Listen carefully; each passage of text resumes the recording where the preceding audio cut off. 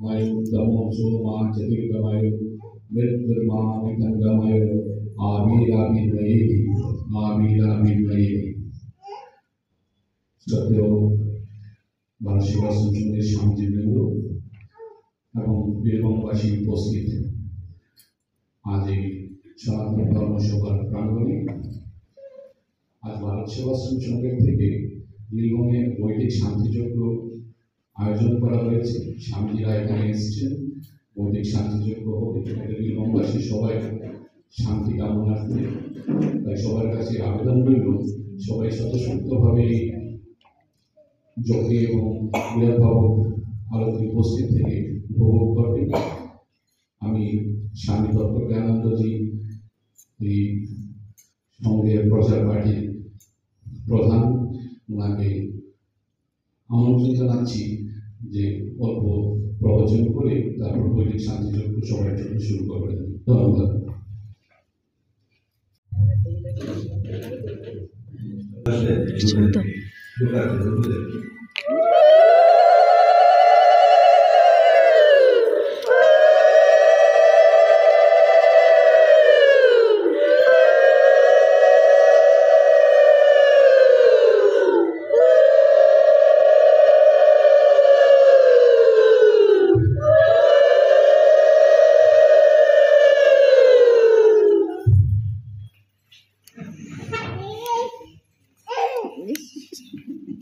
ওম বিগলিত জীব দুঃখ করুণামৃত ধন দেহ সুগঠিত হিন্দু সমাজ শরীর কে সমর্জিত প্রণব শরীর জয় জগদীশ হরে জয় জগদীশ হরে জয় জগদীশ হরে।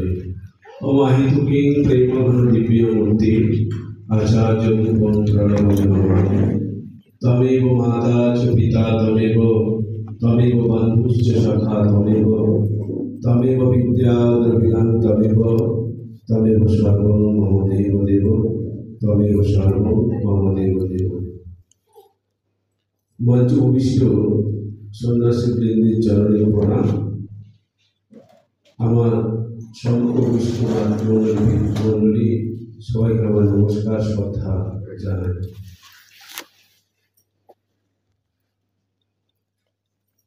প্রচারক দল চারণ দল প্রতি বছরই শিলং শহরে এসে থাকে। 2004-এ শিলং ভারত সেবাশ্রম সংঘ শুভ উদ্বোধন হয়েছে।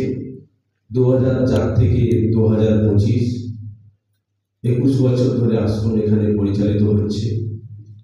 তার আগে চারণ দল আসছে দীর্ঘ বহু বছর ধরে। এতদঞ্চলে হরিসভা দীর্ঘঙ্গ হইতে থেকেছে চারণ দল, পূজা মণ্ডপ মুলিং প্রভৃতি স্থানে চারণ দল থেকে বীরভূমের একটা ধর্মীয় বাতাবরণ সৃষ্টি হতো যখনই চারণ দল আসত। সেই চারণ দল এখনো আসছে। প্রতি বছরই যে লোক ভারত সেবাশ্রম সঙ্গে অবস্থান করে। এই প্রচারক মিশন ভারতীয় সংস্কৃতি প্রচারক মিশন চারণ দল, 7টি চারণ দল ভারত সেবাশ্রম সঙ্গে আছে। ভারতবর্ষে সারা ভারতবর্ষ পরিক্রমা করে ভারতীয় সংস্কৃতি প্রচার প্রসার আর সঙ্গে বিশাল সেবা কার্য, তার জন্যে যে অর্থের প্রয়োজন সে অর্থ সংগ্রহ করে। আরেকটি চারণ দল ভারতীয় সংস্কৃতি প্রচারক মিশন বিদেশে পরিভ্রমণ করে, বিদেশে ভারতে পরিভ্রমণ করে থাকে। তারা সেই সব অঞ্চলে সঙ্গীত সেবা কার্য যেখানে যা প্রয়োজন সেসব মাধ্যমে ভারতীয় সংস্কৃতির প্রচার প্রসার ব্যাপৃত তারা রয়েছে। সঙ্গীতের প্রাণপুরুষ যুগাচার্য স্বামী প্রণবানন্দজি মহারাজ, আমরা সবাই তার নাম শুনেছি। ভারত সেবাশ্রম সংঘকে আমরা সবাই জানি। সেই ভারত সেবাশ্রম সংঘ কি আমরা সবাই জানি যে ভারত সেবাশ্রম সংঘ কি। যেখানে বন্যা, যেখানে দুর্ভিক্ষ, যেখানে মহামারী, সেখানেই ভারত সেবাশ্রম সংঘ, যেখানে দাঙ্গা পীড়িত মানুষের পাশে সর্বাগ্রে পৌঁছে যায় ভারত সেবাশ্রম সংঘ সেবার ঘোষণা নিয়ে। আমরা সবাই জানি এই কথা। এও জানি তীর্থে তীর্থে গেলে গয়া কাশী পুরী বৃন্দাবন যেখানে যাব সেখানেই ভারত সেবাশ্রম সংঘ অতন্ত্র মহানির্ণয়ে অবস্থান করে তীর্থযাত্রীদের যতটুকু সম্ভব তাদের কার্যে সহায়তা করা ভারত সেবাশ্রম সংঘ করছে, এটা আমরা জানি। এগুলো জানি ভারত সেবাশ্রম সংঘ বিভিন্ন দিক দিয়ে সেবা কাজ করে। তাদের স্কুল আছে, তাদের কলেজ আছে ভারত সেবাশ্রম সংঘে। এও জানি ভারত সেবাশ্রম সংঘে হিন্দু মিলন মন্দির আছে। হিন্দু মিলন মন্দিরের মাধ্যমে ভারত সেবাশ্রম সংঘ তাদেরকে হিন্দুদের সংগঠিত সংঘবদ্ধ করার চেষ্টা করছে। তো সেই ভারত সেবাশ্রম সংঘে যিনি প্রাণপুরুষ প্রণবানন্দজি মহারাজ, তিনি কেন এসেছিলেন, তিনি কেন এলেন? এত সব মহাপুরুষ, এত সব তার আসার আবার কি প্রয়োজন ছিল? আবার এসেছেন তো এসেছেন, ঠিক আছে, আবার ভারত সেবাশ্রম সংঘটাই বা কেন গঠন করলেন? কি প্রয়োজন ছিল ভারত সেবাশ্রম সংঘ গঠনের? কি প্রয়োজন ছিল? কি প্রয়োজন ছিল? আমরা যদি একটু ভারতবর্ষের দিকে তাকিয়ে দেখি, আমরা প্রথম দিকে যদি চলে যাই, ভারতবর্ষের প্রথম দিকে, সমগ্র বিশ্বের প্রথম দিকে, আমরা দেখব যখন ভারতবর্ষ সমস্ত দিক দিয়ে উন্নত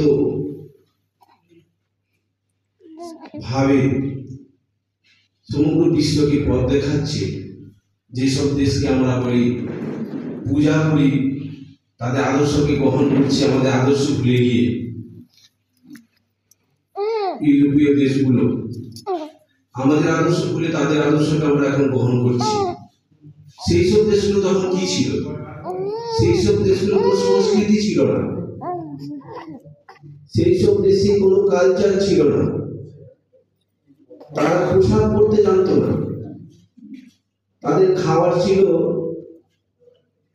জীবজন্তুর অন্তর্ভুক্ত খাবার, তাদের খাবার ছিল। তখন ভারতবর্ষ কি ছিল? ভারতবর্ষ সমগ্র বিশ্বকে আলো দেখাতো। ভারতবর্ষ একটি দেশ ছিল সেই সময় সমগ্র বিশ্বকে শান্তি বাণী শোনাত।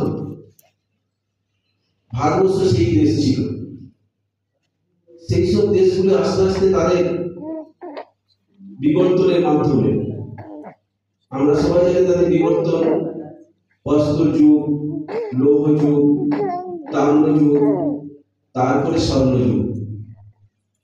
আমরা এটা জানি স্বর্ণের মাধ্যমে এখন সমগ্র বিশ্বকে পরিমাপ করা হয়, স্বর্ণের মাধ্যমে।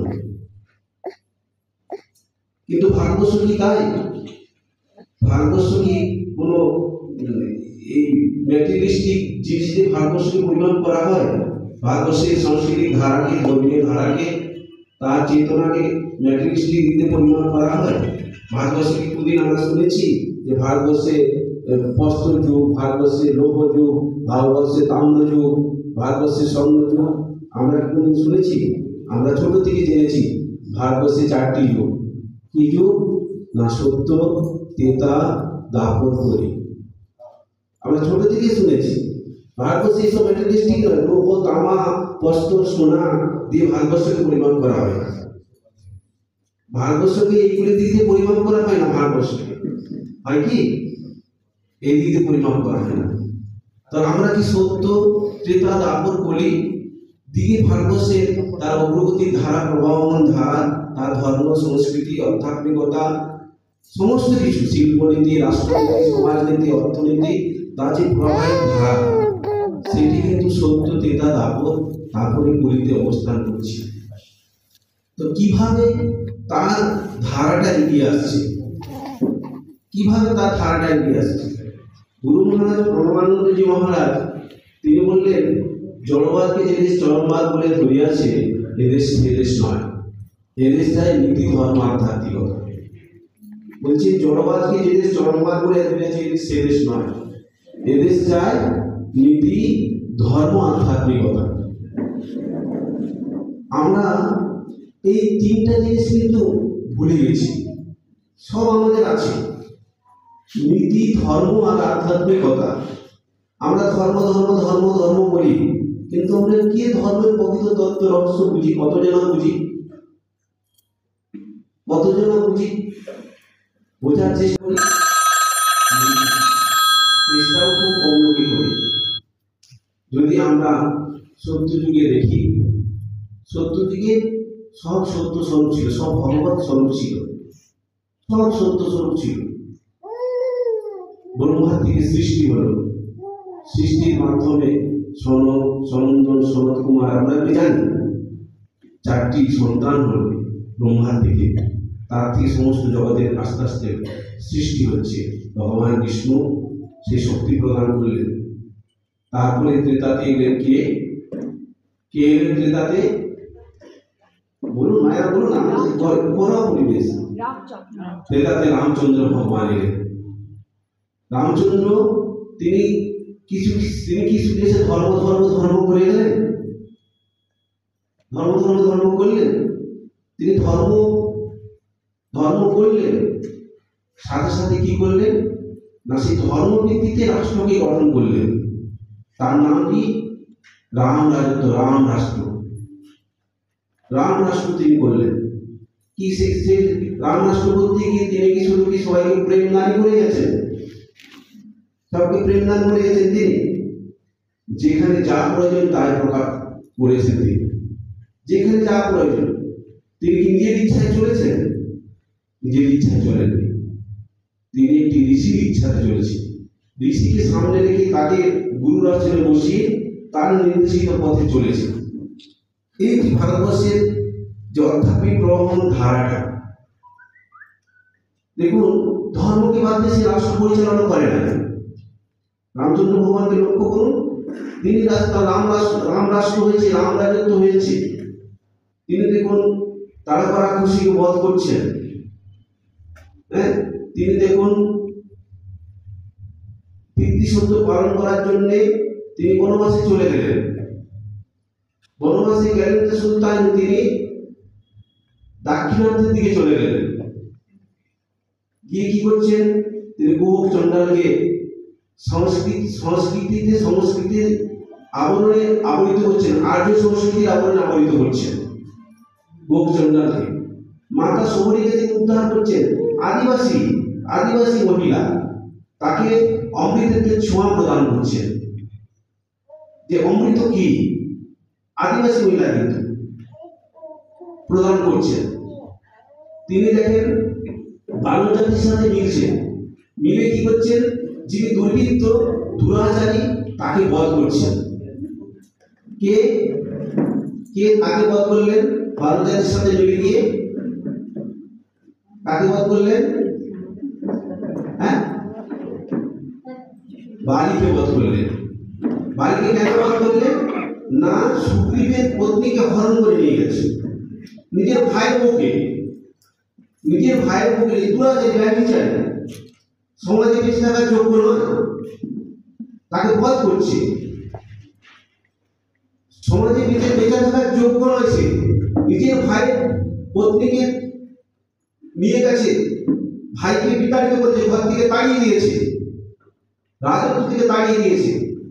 তো ভগবানের কি কর্তব্য? যিনি রাষ্ট্র নেতা হবেন, রাষ্ট্রের নায়ক হবেন, তার কি কর্তব্য? ব্যভিচারীকে ধ্বংস করতে হবে। দেখুন পশ্চিমবঙ্গে কি অবস্থা, আরজিকর কাণ্ড, সেখানে কিরকম ভাবে ধ্বংস, একটি মেয়েকে নষ্ট করা হলো, মেরে ফেলা হলো। রাষ্ট্রনেতার কি উচিত ছিল? প্রকৃত তার কালপিটকে দোষী সাব্যস্ত করে তাকে মৃত্যুদণ্ড দান করা উচিত ছিল। রামচন্দ্র ভগবান কি দেখিয়ে দেবেন? বধ করা উচিত, বধ করতে হবে তাকে। রামচন্দ্র ভগবান দেখিয়ে দিলেন। আর আমরা কি করছি?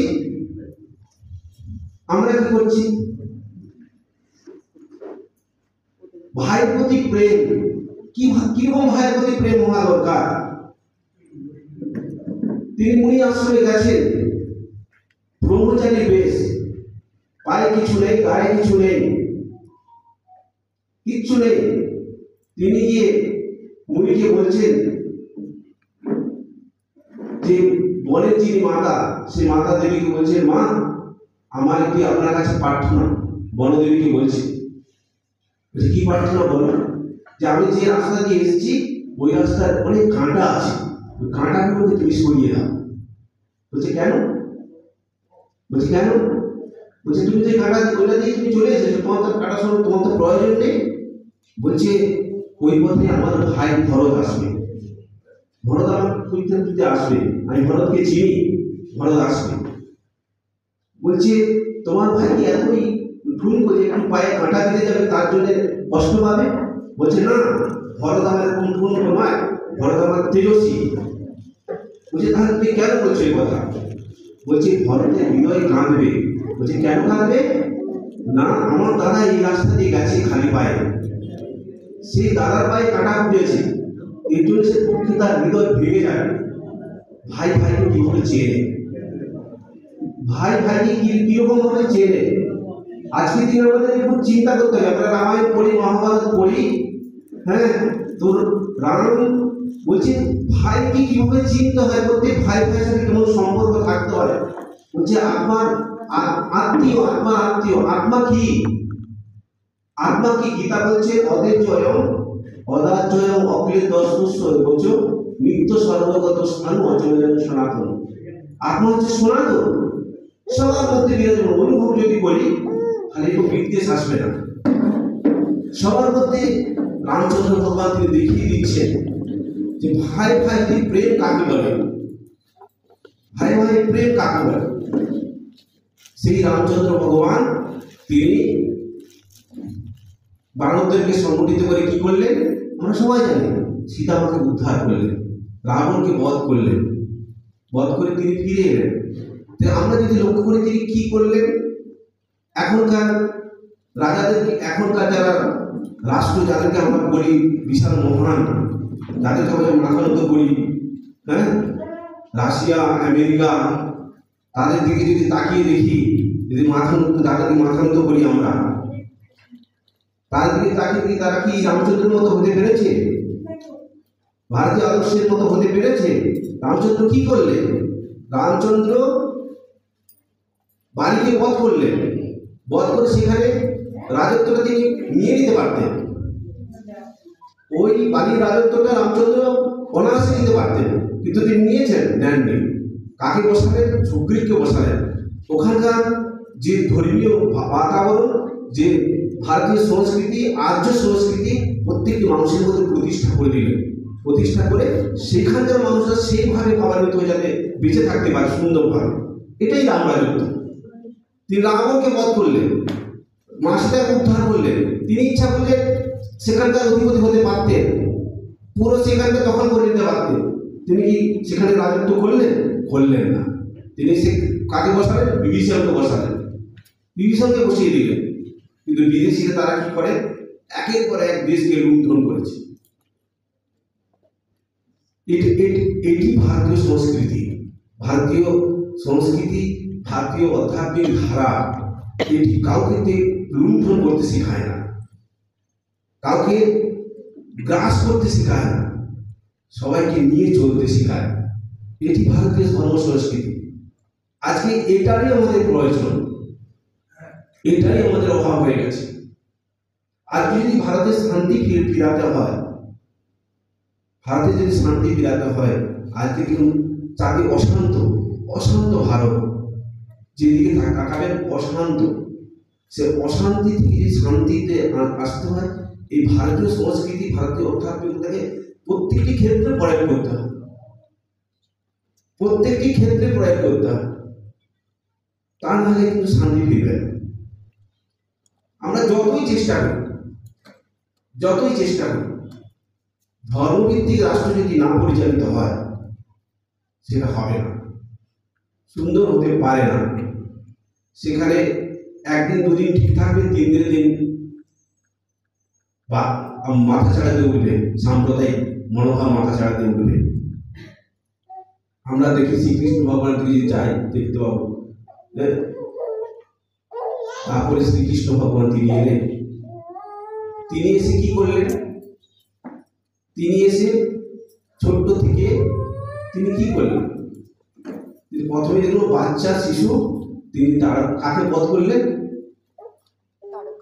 পুতনাকে বধ করলেন। পুতনা পুতনা পুতনা, পুতনা মানে পবিত্র যিনি না, অপবিত্র যিনি। অপবিত্র ভাব যার মধ্যে আছে, সেই অপবিত্র ভাবকে তিনি ধ্বংস করলেন। অপবিত্র ভাবাপন্ন নারী যারা হবে, তাদের সেই অপবিত্র মনোভাবটিকে ধ্বংস করলেন। প্রথমে তিনি শিশু বয়সে, মায়েদের মধ্যে সেই মহাশক্তি আছে, মায়েদের মধ্যে। তারপরে তিনি কি করলেন? অঘাসুর বঘাসুর এক এক করে সবকে বধ করছেন। বধ করে আবার কি করছেন না, গোপবাসীদের সাথে মিলিত হচ্ছেন। পিছিয়ে পড়া মানুষ, যারা সংস্কৃতি জানে না, ধর্ম জানে না, কিভাবে বাঁচতে হয় জানে না, তাদেরকে সেইভাবে উদ্বুদ্ধ করছেন। তিনি যে তাকে ভগবান শ্রীকৃষ্ণ বলি, শ্রীকৃষ্ণ, আমরা শ্রীকৃষ্ণকে ভগবান বলে মানি। আমরা যারা হিন্দু মানুষ আছি, বিধর্মীরাও মানে ভগবান বলে অনেকে। সেই শ্রীকৃষ্ণ কি করছেন? তিনি তার মামা কংসকে বধ করছেন, নিজের মামাকে বধ করছেন। আর কি, তিনি ধর্মরাষ্ট্র প্রতিষ্ঠা করার জন্য তিনি কি করলেন? যুদ্ধক্ষেত্রে সারথ্য গ্রহণ করলেন পাণ্ডবদের পক্ষে থেকে। পাণ্ডবদের পক্ষে থেকে যুদ্ধক্ষেত্রে সারথ্য গ্রহণ করলেন। আবার সেই যুদ্ধক্ষেত্রে তিনি কি উপহার দিলেন সমগ্র মানব জাতিকে? না, শ্রীমদ্ ভগবদ গীতা। শ্রীমদ্ ভগবদ গীতা উপহার দিলেন। আজকে আমরা যদি আমাদের জীবনের প্রকৃত তত্ত্ব রহস্য বুঝতে চাই, প্রত্যেকেই, কি হিন্দু, কি মুসলিম, কি খ্রিস্টান, কি বৌদ্ধ, আমাদের জীবনের তত্ত্ব রহস্য বুঝতে চাই, তার শ্রীমদ্ ভগবদ গীতা আমাদের রোজ একটু করে পাঠ করতে হবে। শ্রীমদ্ ভগবদ গীতা রোজ একটু করে পাঠ করতে হবে। সেখানে দেখবেন এমন এমন শ্লোক আছে গীতার মধ্যে, ঘুমন্ত মানুষকে জাগ্রত করে দেবে। হৃদয়ে অনেক দুঃখ দুর্বলতা আসবে, সেগুলিকে নিবারণ করে দেবে। গীতার অমৃতময় বাণী পড়লে পরে বুঝবেন। তো সেই শ্রীকৃষ্ণ ভগবান তিনি এলেন, তিনি ধর্মভিত্তিক রাষ্ট্র প্রতিষ্ঠা করলেন, করে তিনি চলে গেলেন। তারপরে এলো কি? কলিযুগ। কলিযুগে, কলিতে আমরা সবাই অবস্থান করছি। সেই রাষ্ট্র ধারাবাহিক ভাবে চলে আসছে। এসে আমরা কিভাবে আমরা হারিয়ে ফেললাম আমাদেরকে? যে এত সুন্দর ভারতবর্ষ, যে ভারতবর্ষকে সমগ্র বিশ্ব পূজা করে আসছে, সেটা আমরা কিভাবে হারিয়ে ফেললাম? না, শ্রীকৃষ্ণ ভগবানের পর আমরা দেখলাম এক এক করে সব প্রফিটরা আসছে। তারা এসে কি করছে? আমরা দেখুন বুদ্ধকে, বুদ্ধদেব এলেন তো, তারপরে মহাবীর এলেন তো, তারপরে চৈতন্য মহাপ্রভু এলেন, একের পরে এলেন তো। আমরা যদি লক্ষ্য করি, তারা কিরকম, ওনারা কিরকম ছিলেন? বিষ্ণু থেকে শুরু করে, শিবজি ভগবান থেকে শুরু করে, শিবজি ভগবানকে যদি আমরা লক্ষ্য করি, তিনি কোথায় ছিলেন? কৈলাসে, কৈলাসের অধিপতি, তিনি রাষ্ট্রনায়ক। তার ধর্মীকে মা দুর্গা। চণ্ডীতে, সপ্তশতী চণ্ডীতে মা দুর্গা বলছে তিনি কে? তিনি বললেন আমি রাষ্ট্ররূপিণী, অহং রাষ্ট্রী, আমি রাষ্ট্ররূপিণী। দেখুন, শিব তিনি রাষ্ট্রের অধিপতি, আবার মা দুর্গা তিনি রাষ্ট্ররূপিণী। চিন্তা করুন ধারাটা, সত্যযুগের ধারা, ত্রেতা যুগের ধারা, দ্বাপর যুগের ধারা, কলিযুগের ধারা। দেখুন, কলিযুগে এসে আমরা পেলাম বুদ্ধদেব, শঙ্করাচার্য, চৈতন্য মহাপ্রভু। এদের ধারাটা কিরকম হয়ে গেল? সম্পূর্ণ চেঞ্জ হয়ে গেল। বুদ্ধ এসে তারা বিষ্ণু ভগবানের বিষ্ণু ধর্ম বলে কিছু করে না, শ্রীজি ভগবান শ্রী ধর্ম বলে কিছু করে না, রামচন্দ্র ভগবান রামচন্দ্র ধর্ম বলে কিছু করে না, শ্রীকৃষ্ণ ভগবান শ্রীকৃষ্ণ ধর্ম বলে কিছু করে না। বুদ্ধ এসে তার ধর্ম তিনি এইখানে জন্মগ্রহণ করে তিনি একটি ধর্মপদ দেখালেন, সেই ধর্মপদের নাম দিয়ে দিলেন কি? বুদ্ধ ধর্ম। একটি মত সৃষ্টি করলেন। এটি ভারতীয় আদর্শ নয়, ভারতীয় আদর্শ থেকে দূরে চলে গেলেন। একটি প্রফেট তিনি এসে গেছেন ভারতীয় আদর্শ থেকে দূরে চলে গেলেন। তিনি ধর্মকে অবলম্বন করে তিনি সাধনা করলেন, তপস্যা করলেন, ধ্যান করলেন। বুদ্ধদেবের চিত্র প্রত্যেকের বাড়িতে আমরা রাখি, কি সুন্দর দেখতে, আর গভীর ধ্যানে লিপ্ত, দেখতে খুব সুন্দর লাগে। তিনি এসে কি করলেন? ভারতীয় ধারা থেকে চ্যুত হয়ে গিয়ে তিনি একটি গোষ্ঠী বানিয়ে ফেললেন। এটি ভারতীয় ধর্ম সংস্কৃতির ধারা নয়, একটি গোষ্ঠী বানিয়ে ফেললেন। দেখি শঙ্করাচার্যকে, তিনি এলেন, তিনি এসে তিনি একটি ধারা বেদের যে ধারা আমাদের হিন্দু আমাদের ভারতীয় সংস্কৃতির ধারা সবকে নিয়ে মূর্তি পূজা নিরাকার। শ্রীকৃষ্ণ ভগবান বলেছেন, তাকে দ্বাদশ অধ্যায় দেখবেন, দ্বাদশ অধ্যায় পড়বেন, সেখানে বলছে খর অক্ষর, বলছে খর ব্রহ্মের উপাসনা, অক্ষর ব্রহ্মের উপাসনা, কোনটি শ্রেষ্ঠ? অর্জুন জিজ্ঞেস করছে শ্রীকৃষ্ণকে কোনটি শ্রেষ্ঠ? বলছে দুটোই শ্রেষ্ঠ, তার মধ্যে খর ব্রহ্মের উপাসনাটাই শ্রেয়। কেননা আমরা রক্ত মানুষের মানুষ, আমরা ইন্দ্র দ্বারা পরিচালিত, আমাদের সামনে যদি একটা বিগ্রহ থাকে আমরা সহজে মনটাকে স্থির করতে পারবো। সেই জন্যে সাধারণ মানুষের ক্ষেত্রে নিরাকার নির্গুণ ব্রহ্মের উপাসনা করা সম্ভব নয়। সেই জন্যে শাখার সকল ব্রহ্মের উপাসনা করাই শ্রেয়, শ্রীকৃষ্ণ ভগবান বলছে। কিন্তু শঙ্করাচার্য এসে কি করলেন?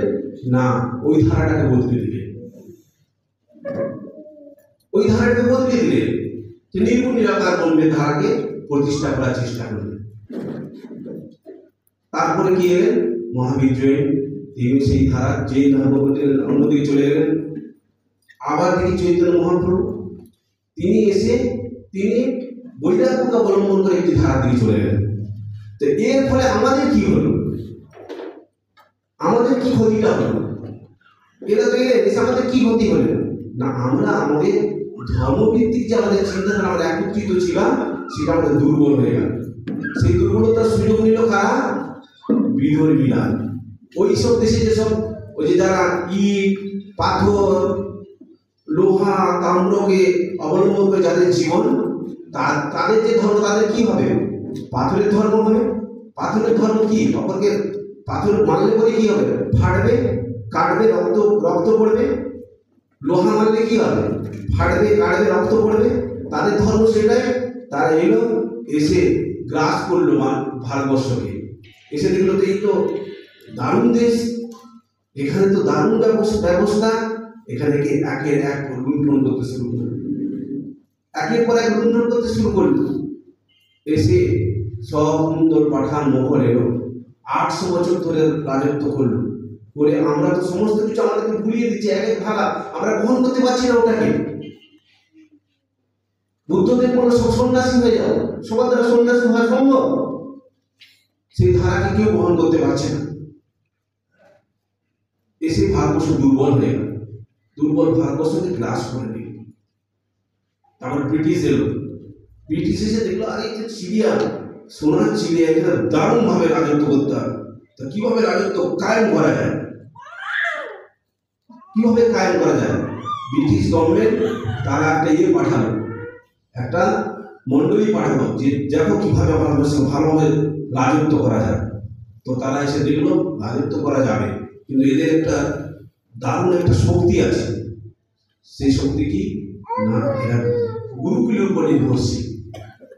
এরা শিক্ষা সংস্কৃতি, এরা গ্রামের মানুষ থেকে শুরু করে শহরের মানুষ থেকে শুরু করে সেই গুরুর কাছ থেকে এরা শিক্ষা গ্রহণ করে, সেই গুরুকুল শিক্ষা পদ্ধতি এদের।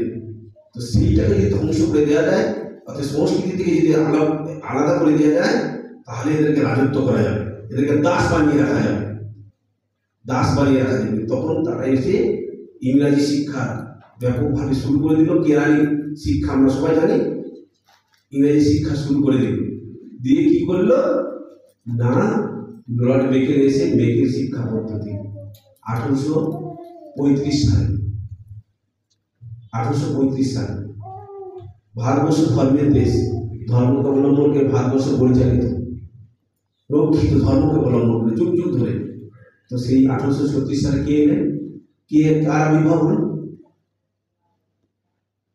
কার আবির্ভাব হলো? রামকৃষ্ণ। রামকৃষ্ণ এলেন 1836 সালে। রামকৃষ্ণ এলেন, তিনি এসে সাদামাটা ভাবে সমগ্র এই বাংলাকে একত্রিত করার চেষ্টা করলেন। তিনি স্বয়ং পরব্রহ্ম নেমে এলেন। তিনি তার মানসপুত্র তৈরি করলেন কাকে? বিবেকানন্দ। তিনি সেই রামচন্দ্র শ্রীকৃষ্ণের ভাবাদর্শকে একত্রিত করে তার সেই মহাশক্তি, যে ভারতবর্ষের মহাশক্তি, বেদ উপনিষদ রামায়ণ মহাভারতের যে মহাশক্তি, সেটি অনুভব করে বলছে এখান থেকে ভারতবর্ষে জাগরণ করা যাবে না। ভারতবর্ষ ঘুমিয়ে আছে, প্রত্যেকটি মানুষ ঘুমিয়ে আছে, তার জাগরণ নেই। তাকে জাগরিত করতে গেলে বিদেশ থেকে তার জাগরণ করতে হবে, বিদেশ থেকে ভারতবর্ষকে ডাকতে হবে, তুমি ওঠো, বিদেশ থেকে ডাকতে হবে। যেমন শ্রীকৃষ্ণ ভগবান পাঞ্চদণ্ড শঙ্খ বাজিয়ে সমগ্র পাণ্ডবকুলকে জাগরিত করেছিল, পাঞ্চদণ্ড শঙ্খ বাজিয়ে, তেমনি বিদেশি বিবেকানন্দ বিদেশি সেখান থেকে আহ্বান করছেন যে ভারতবর্ষের ধর্ম সংস্কৃতি আধ্যাত্মিকতা কত মহান, ভারতীয় ধর্ম হিন্দু ধর্ম কত মহান। যে যুবক ছেলেটি সেখানে গিয়ে আবার পতাকা উত্তোলন করলেন, বৈরী ঝান্ডা উত্তোলন করলেন। ভারতবর্ষে সেখান থেকে আবার সেই জাগরণ শুরু হল। হঠাৎ করে আমার বিবেকানন্দজি চলে গেলেন, রেখে গেলেন রামকৃষ্ণ মিশন ভাবাদর্শ, আর তার মাঝে আবির্ভাব হল প্রণবানন্দে। বিবেকানন্দ যেটা চেয়েছিলেন তিনি ইমপ্লিমেন্ট করতে, মুখে বলেছেন, ইমপ্লিমেন্ট করতে পারেন না। ইমপ্লিমেন্ট করলেন কি? প্রণবানন্দ।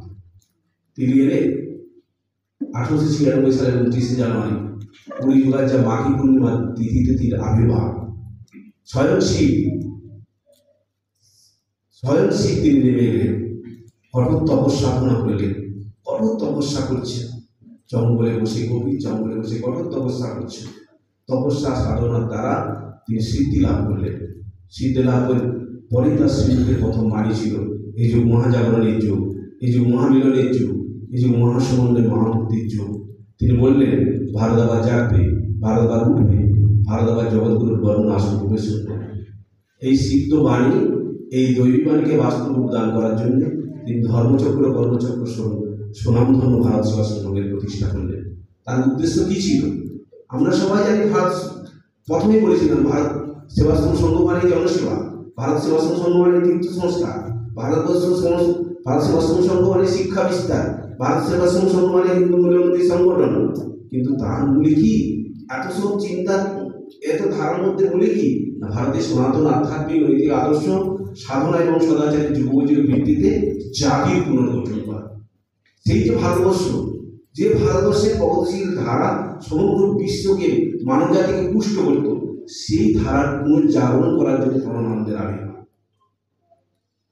সেই ধারার পুনর্জাগরণ করার জন্য প্রণবানন্দকে আমরা সেই সব বুঝে উঠতে পারি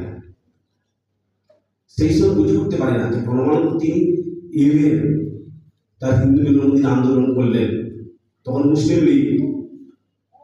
লীগ কায়েম করেছে।